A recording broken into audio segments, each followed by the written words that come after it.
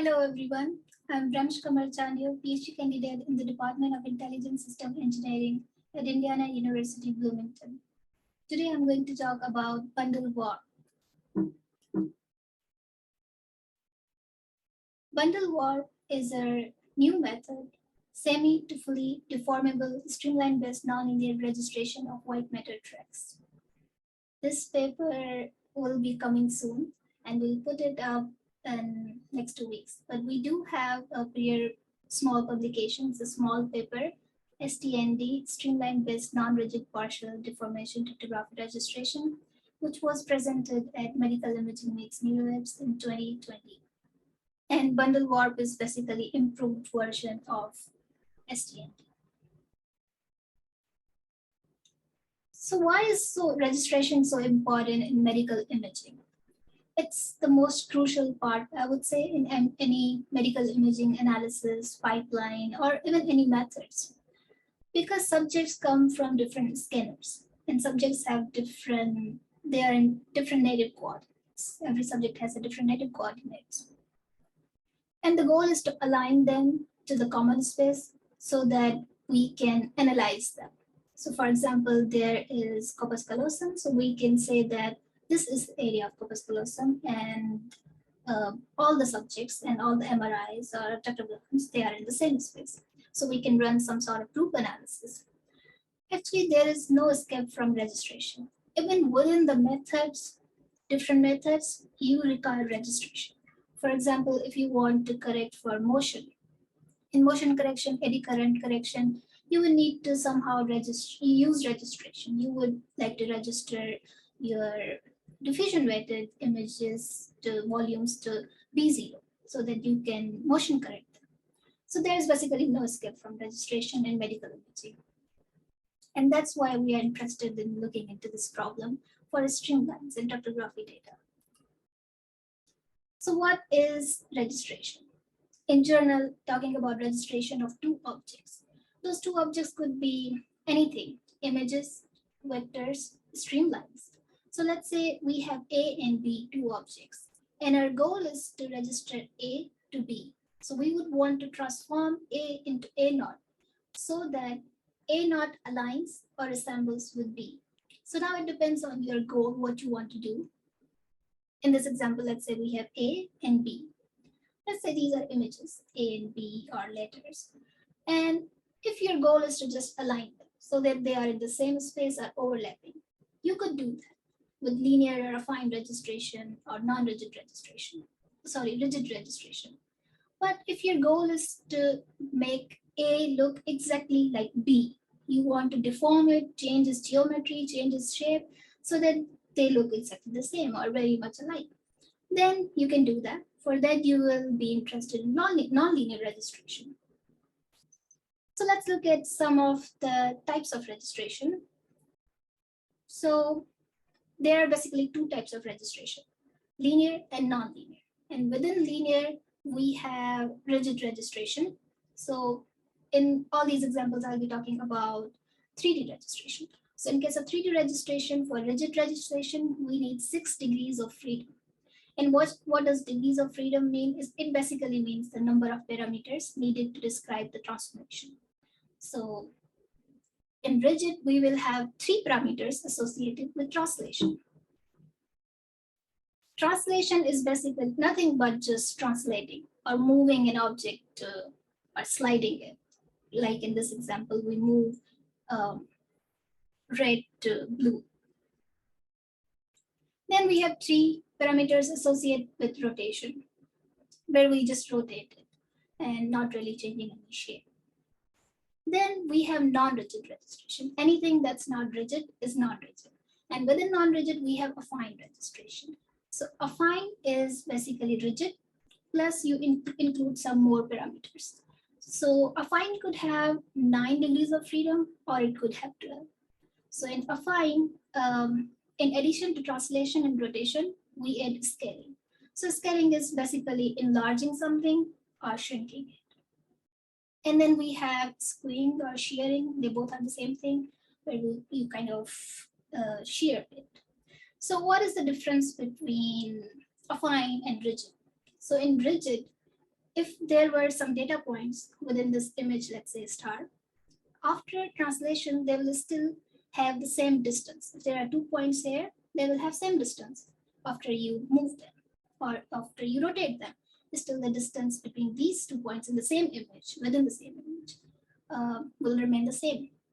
But in affine registration, it's not necessary that the distance between these 2 points will remain the same. However, parallel lines stay parallel even after affine registration. Then we have deformable registration, which is nonlinear registration, where you can go any number of degrees of freedom higher than 12. So in this case, we have freedom to deform, change, completely change the shape. So if we have a star and we want to make it look like a circle or oval in this case, we can apply any kind of transformation, whatever is the combination of transformations to make it look like this. And this is what we will be interested in for streamlines, and this is what I'm going to focus on.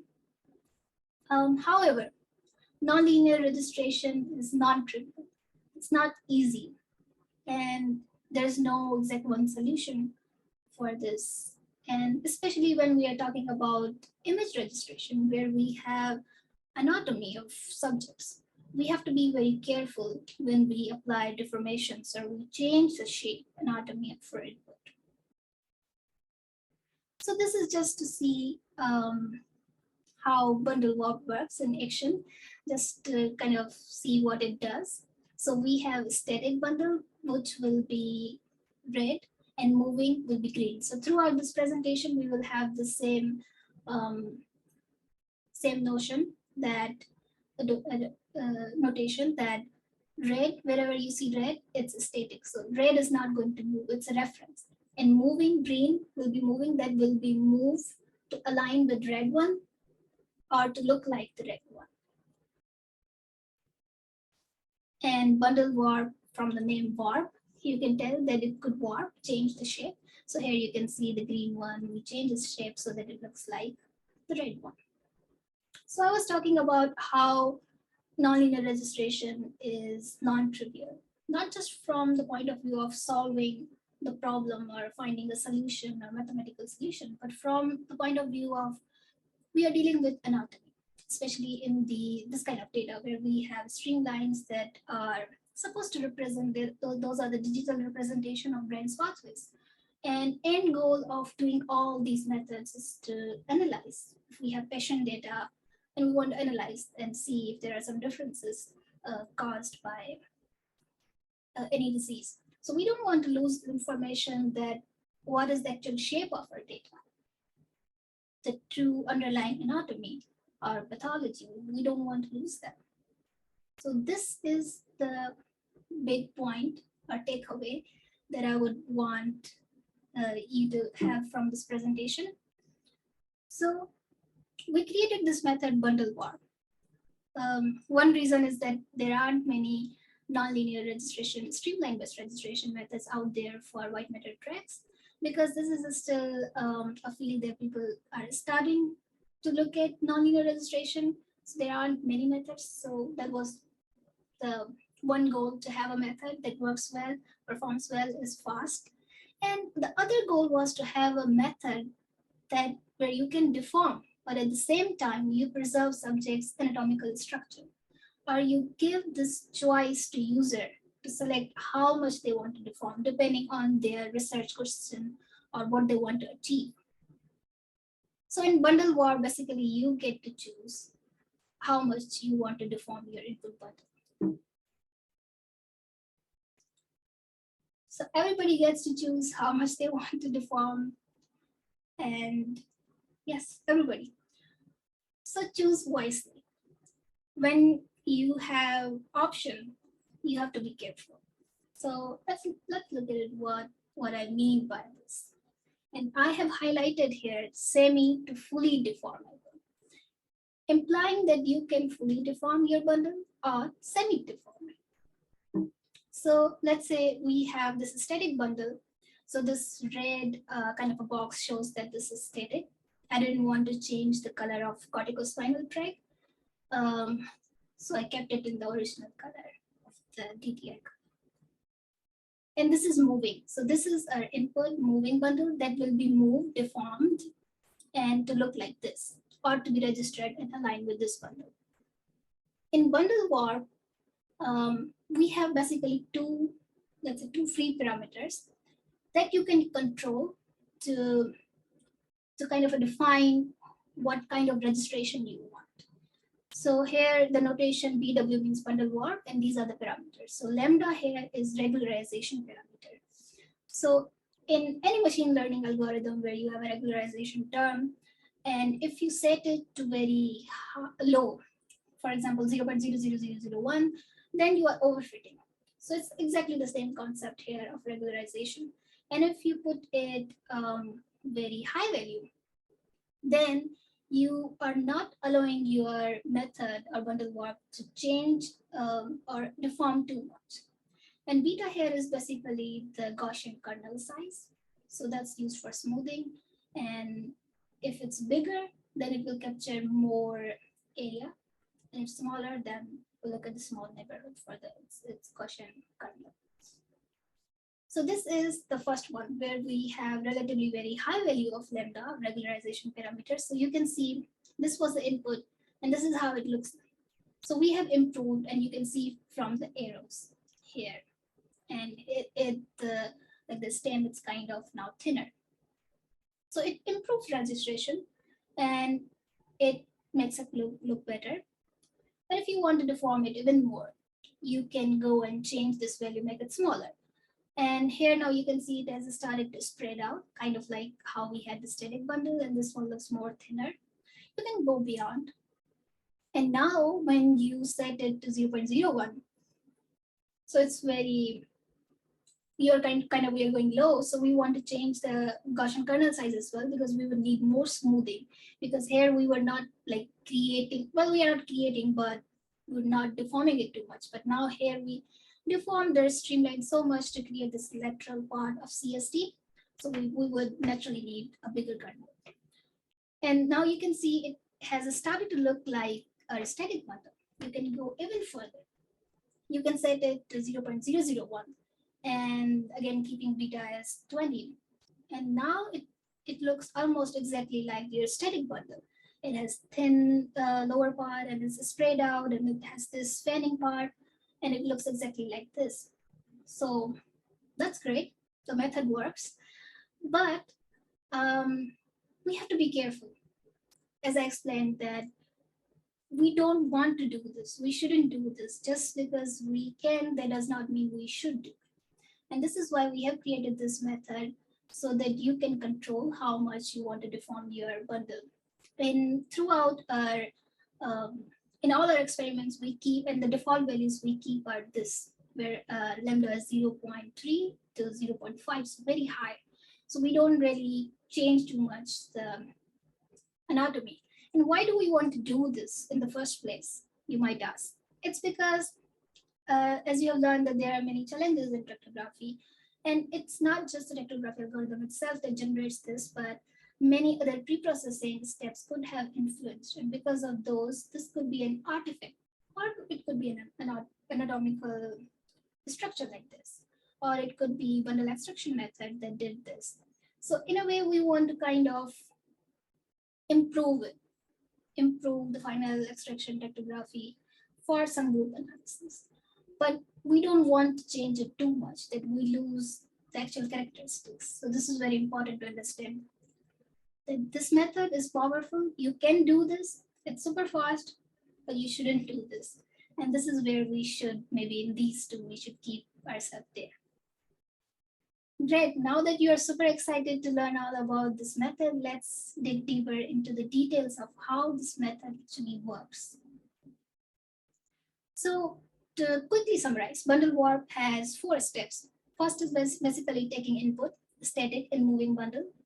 The second step is to finally register 2 bundles first. As a rule of thumb, whenever you are doing any kind of nonlinear registration, you first want to register your data finally, so that then you introduce deformations after they are in the same space. Because if you were to do it directly when they are not aligned, then it will make it more difficult to solve. Then we find corresponding streamline pairs from two bundles that are now aligned, and we apply deformations per pair of those streamlines from two bundles. So here we have input bundle. This is FOF left, and we have the red and the static and moving green. First step, we affinely register it with Streamline-based linear registration, what Dr. Garyfallidis talked about it yesterday. So I will briefly explain this, but not go into many details. So from now on, our moving bundle will be the bundle that is aligned with the static one. So we can see we haven't changed shape in any way. We have just aligned. There has no change in geometry. So I know in many sessions, many people have discussed this, that streamlines are a bit tricky to deal with. So I'll just briefly explain. Streamline is, let S be a streamline, and T could be a tractogram or track, and each white matter track has a set of streamlines. And each streamline, we have set of ordered points. And we don't know those points, how they start, if it's starting from here, or this is the first point, or this. So we don't know that. And streamlines could have different number of points and different Euclidean length. For example, this is shorter, this is longer. So let's define some cost functions, and we have all seen minimum direct flip distance so far in the workshop. So this is basically when you have two streamlines. First, we need to set same number of points for both the streamlines. Then we calculate direct distance, direct Euclidean distance between the points on the streamline, and then the flipped one, where we flip one of them and then calculate the distances. So whichever is the minimum, we keep that as distance between two streamlines. So Affine registration with SLR is basically first step. We set all the streamlines to have k number of points, and then it minimizes a cost function, which is BMD, bundle-based minimum distance, which uses MDF distance. And I'm sure Dr. Garyfallidis went in detail about this, how it works. If you haven't watched that video, go watch that video first. And then, so basic idea is if two bundles are far, and as you move them together, the distance should be lower after you have moved them. And so basically you stop when it has converged or has reached certain number of iterations. And while you are doing so, when you're moving them, you're finding this transformation, and then you just apply the transformation to the bundle. And then we get this output. The next step, or the third step, would be to find pairwise correspondence between the streamlines in the static and moving bundle. And we do so by using rectangular linear assignment problem.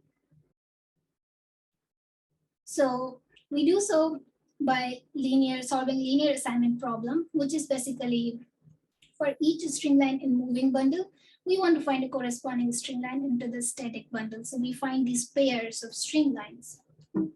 So let's say in this case, we would say this belongs to this, or this belongs to this, corresponds to that one. And this is solved by solving rectangular linear sum assignment problem. Linear assignment problem has been used a lot in computer science mostly, where it is also known as minimum weight matching bipartite graph, where we have a cost function, and each C of ij is the cost of matching vertex I of the first set.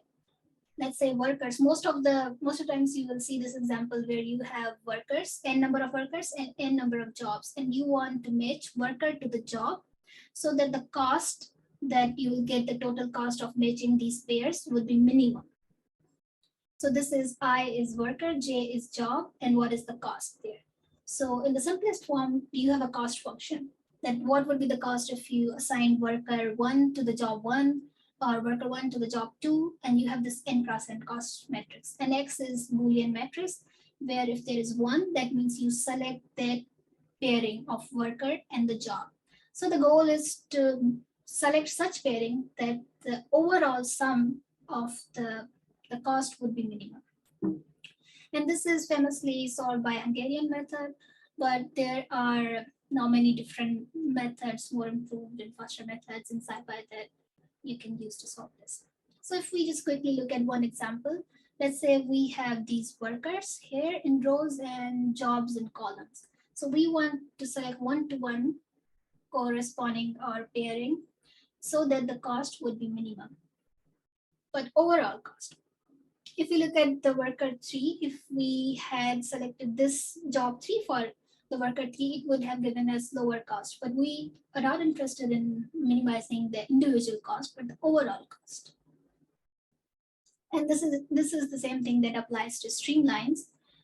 And for us, our cost function is our favorite distance metric, MDF, where we populate MDF distance metrics. So we calculate MDF distance between each streamline in moving with each other streamline in static bundle. And by doing so, we are able to populate this big matrix. And here rows are streamlines in green and the columns are streamlines in the static bundle. Great, we have the cost function and we can just feed it to linear assignment problem and we should be able to get an answer. But not so soon. As we know that streamlines are tricky. They're not so simple. If we had any MRI, image data, they normally have same resolutions and you can just register them. But when you're registering streamlines, they can have different number of streamlines. So for example, here static bundle has 1228 streamlines, but our green bundle, moving bundle has 1527 streamlines. And there is no rule or ground truth to say which one is correct or which one is not. And we shouldn't be reducing them because this is what they are. This is how we got the data. And every person's brain is different. Every person has different number of streamlines, also depending on many different preprocessing steps that you took. However, the goal is to be able to register when the streamlines don't have the track or tractogram don't have same number of streamlines. In BundleWarp, we do so. First, we create cost function that would be 1527 cross 1228. So these are the streamlines in moving and static. And we feed this cost function to lab or RLab. So rectangular lab, what it does is it will give you one-to-one assignment, even if when the cost function is not a square matrix. So it will give you one-to-one, but there will be some streamlines that will be left. So we will have 1228 matched pairs of streamlines in moving bundle, but we will still be remaining with 299 streamlines in moving bundle that are not matched with anything. So what do we do? In BundleWarp, what we propose is we run RLab again. So now the cost function would be 299 cross 11228. So we run again on this smaller cost function, cost matrix, and then we get the assignment for rest of those. In a way, now it has become many-to-one correspondence. So it's not one-to-one correspondence, but many-to-one. So there could be that there are two streamlines in green that are matched to same one streamline in red one. There's another approach to solve this problem, which was introduced in Olivetti et al. In 2020. He's co-author on this paper as well. So in their paper, what they did was they first ran lab, and whatever the remaining streamlines are, they don't run RLab again. What they do is they find the nearest neighbors of remaining streamlines in the moving bundle. So whatever the streamlines that were matched, we want to find nearest neighbors of remaining ones with those. So if this green streamline has nearest neighbor, the other green one, and the other green one was matched with some streamline in red, we'll assign the same streamline to that one. Because if they are neighbors in green, then they should be neighbors in red as well. So this is also solving many-to-one correspondence problem, just with a different approach. This approach might be beneficial when we have a lot of difference in streamlines. If one bundle has 10,000 streamlines, another one has 2,000, then maybe this could be faster. But doing what we do running RLab again would be more precise.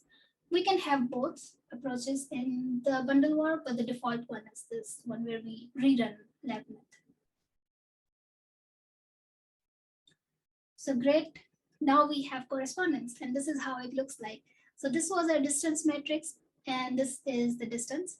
So darker green means less distance, and yellow means more distance. So this is the output of RLab, the BundleWarp version of RLab, where we run it again.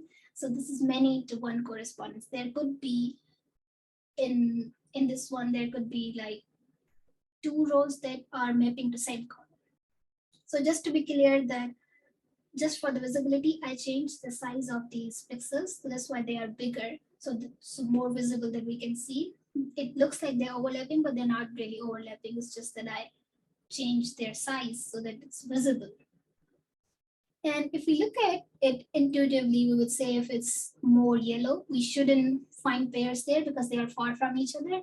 And for mostly that's the case. Here we don't see it, here it's yellow, here it's yellow, we don't get it. However, here we do get something, but also to note that this is the idea of linear assignment problem is to minimize total cost of finding the pairs, not individual cost. That's why in some cases we might see that. So far what we did, we had input bundle, we have finally registered them, we modified this approach in linear assignment so that when we have m is greater than n, we could run lab again and we can find many-to-one correspondence of a streamline. Next, we want to now perform actual deformations in our data. So what we do is we take pairs of streamlines, so each matching pair from static and moving, and then we iteratively and individually apply deformations to each pair because we want to keep this information that these points are neighbors. So that's why we want to register just 2 streamlines so that we know that we have that information. So at the end of the day, streamlines are a collection of points, and then we move these points coherently, and then this is just showing different iterations, and in the end we have registered a streamline, and this is what we do with all the streamlines. And how do we do that? We use coherent point drift method to do that. And CPD algorithm takes a probabilistic approach to aligning 2 point sets. So it's a point set cloud registration problem. So registration is formulated as maximum likelihood estimation problem using Gaussian mixture models. Gaussian mixture models are mostly used for clustering, and the points in the moving set are considered as GMM centroids, and points in static one streamline that represent the data that generated the Gaussian mixture model. So the centroids from the M are fitted to the points in S by maximizing the likelihood. When the 2 point sets are optimally aligned, the correspondence is the maximum of posterior probabilities in the Gaussian mixture models. So the posterior probabilities tells us whether this point belongs to which point in the other set. And also Gaussian mixture models is kind of a soft clustering. So if we have k-means, that's hard clustering. It's like a point belongs to one cluster. But soft clustering is more probabilistic, where we have probabilities assigned, whether this point belongs to cluster 1 or cluster 2 or cluster 3. That's why we have this posterior probability for each given point. And to preserve the topological structure of point sets, Gaussian mixture models are forced to move coherently as a group, and the expectation maximization algorithm is used to optimize the cost function. CPD method at the same time finds the transformation and also the correspondence among point sets.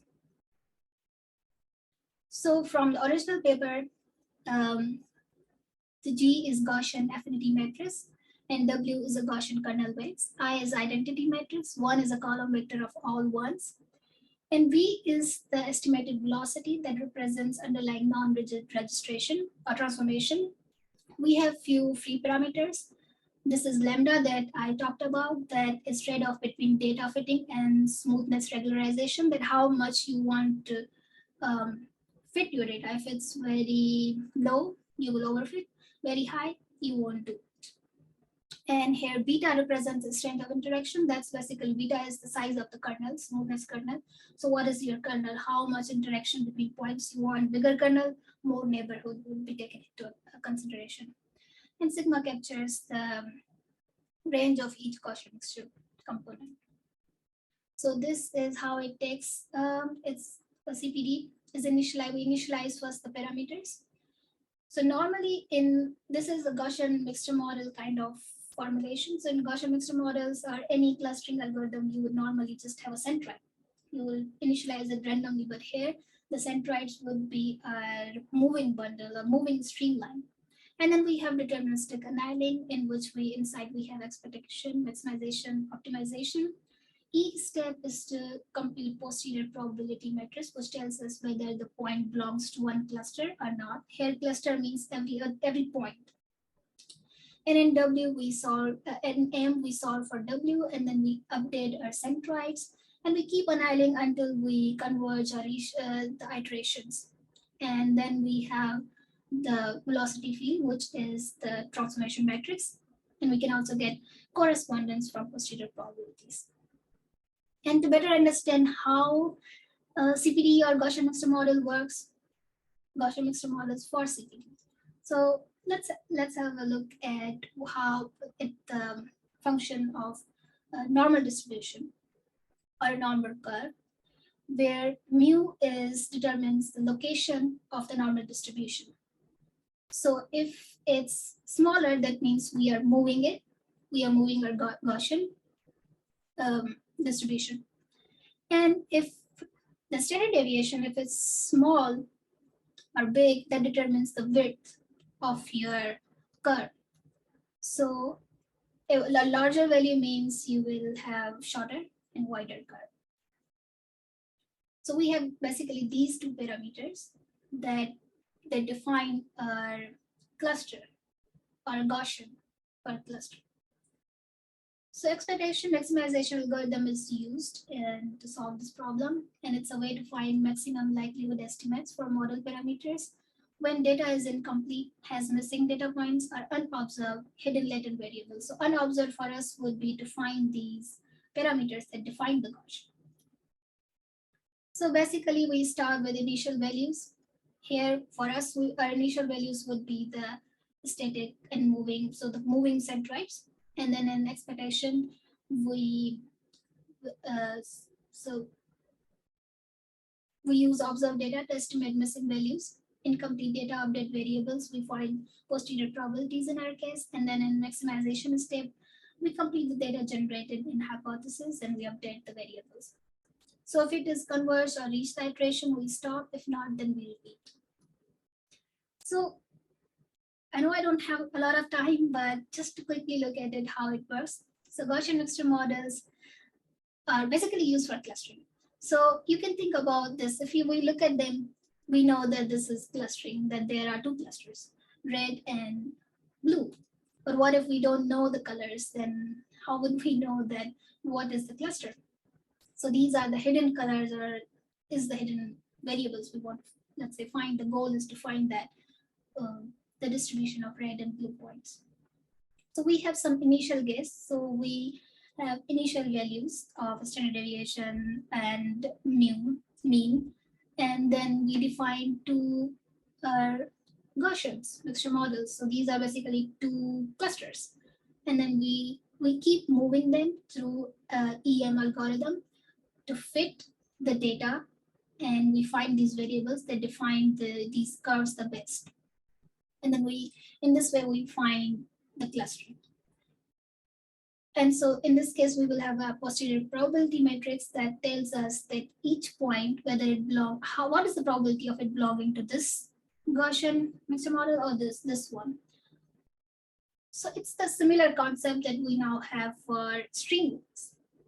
So same that clustering approach that we use for transformation are applying deformations.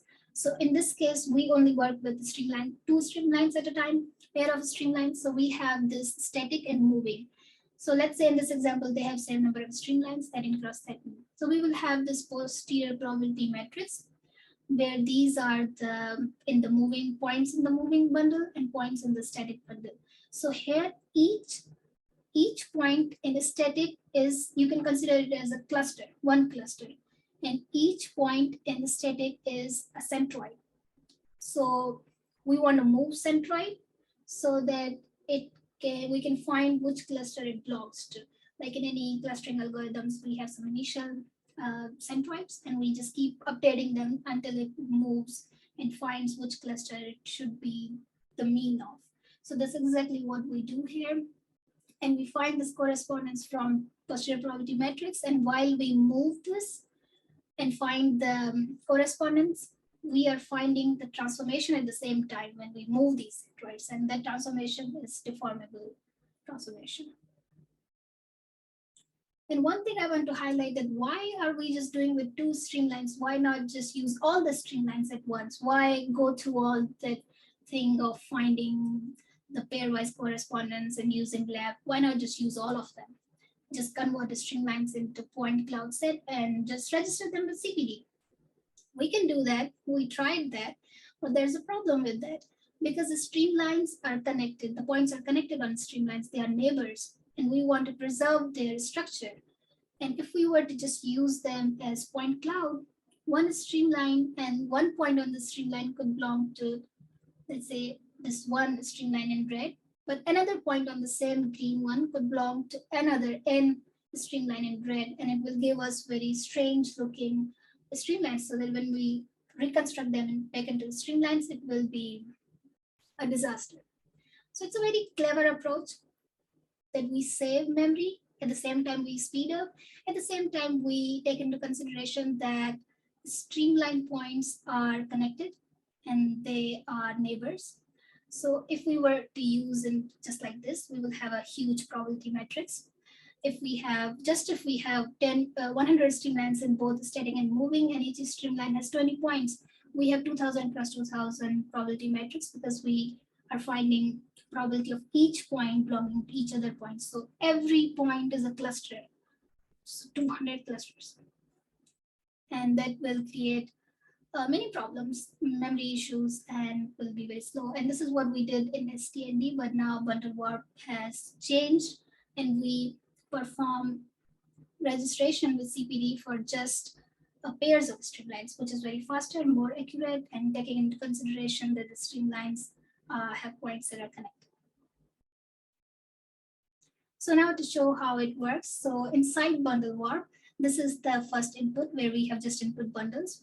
What I call iteration 0 is affine registration with SLR.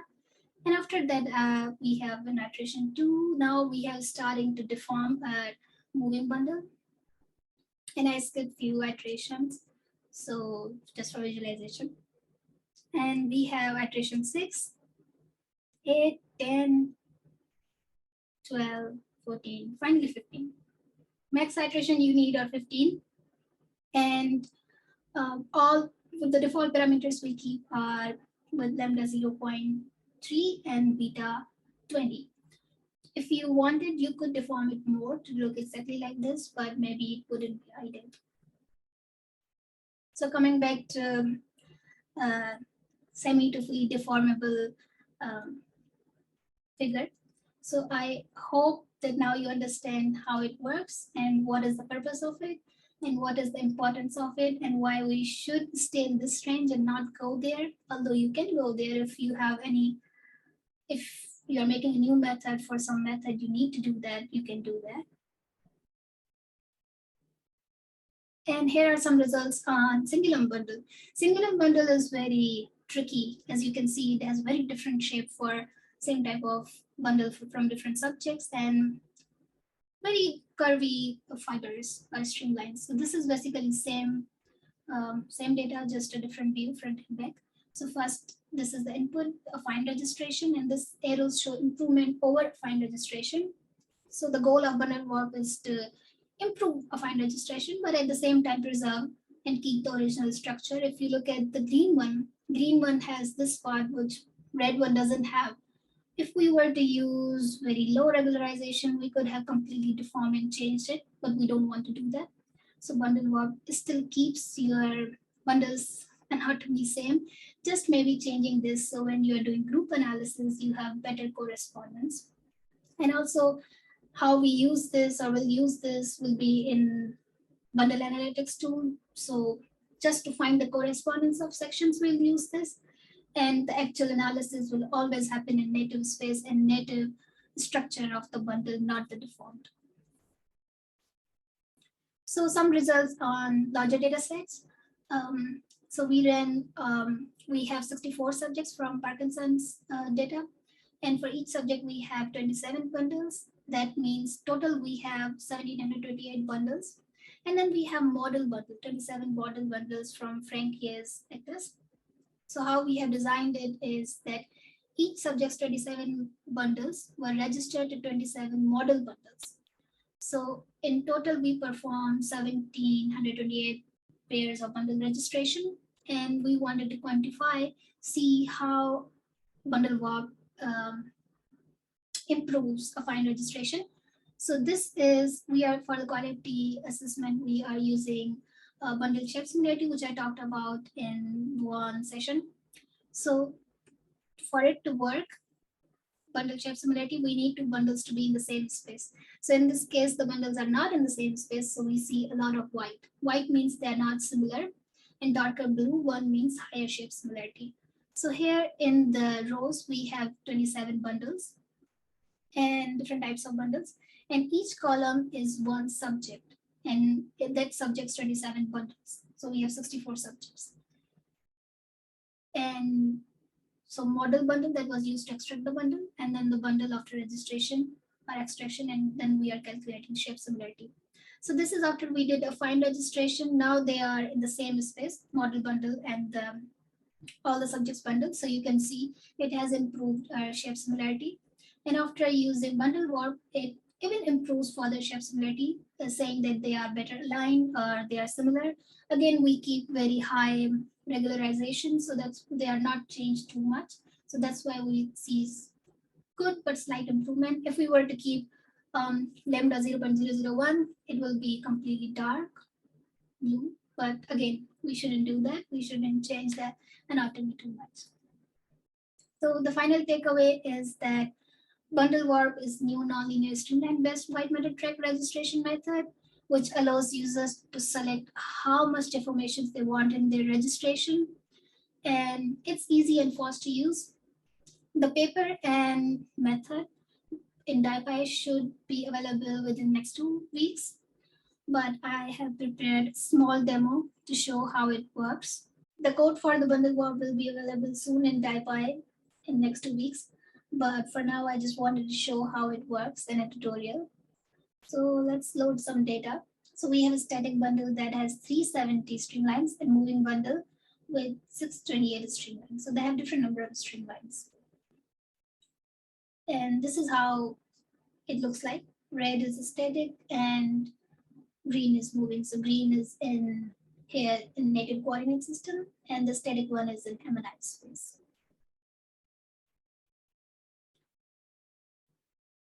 So let's change the values. So I'll keep beta 20, that's the default. So let's say I keep alpha. Here alpha is actually lambda from the lecture. So that's 0.05. And then, or we could keep it 505 actually. See. So this will return affine registration output and also deformed output. So affine registration took around 0.5 seconds, and the deformable registration takes 7 to 8 seconds. So it's kind of fast. So first, let's see the output of affine registration. So here we just move them to be aligned, to be roughly in the same space. And then we have deformed bundle. That looks like this. It's a very good output. But still, if you see, they are not fully deformed, or they do not look exactly the same. As you can see, there are some changes. So what we could do is change this to 001. This is the regularization parameter. And then I'll just go directly to see how the deformed bundle looks like. Again, it takes the same time, so it doesn't really matter. But now you can see this looks exactly like the model bundle. They're just the replica, which is great. It says the method works, but again, we should not be doing this, and we should always keep it to a high value. And I hope you enjoyed this session as much as I enjoyed presenting it. And I hope to hear your questions and comments about it in Q&A session. Thank you.